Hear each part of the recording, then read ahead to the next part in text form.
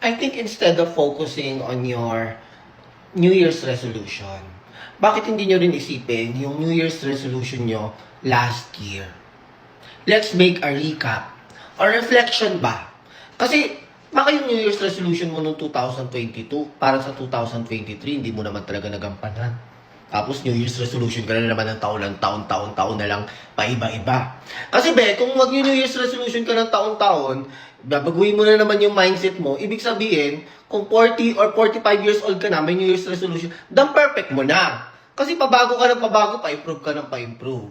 'Di ba? So kung hindi mo pa nagagawa yung New Year's resolution mo last year, pwede mo naman ituloy. Taon lang naman yung nabago eh. Kung ugali mo, baka hindi pa din. Tuloy mo na lang. Yun lang.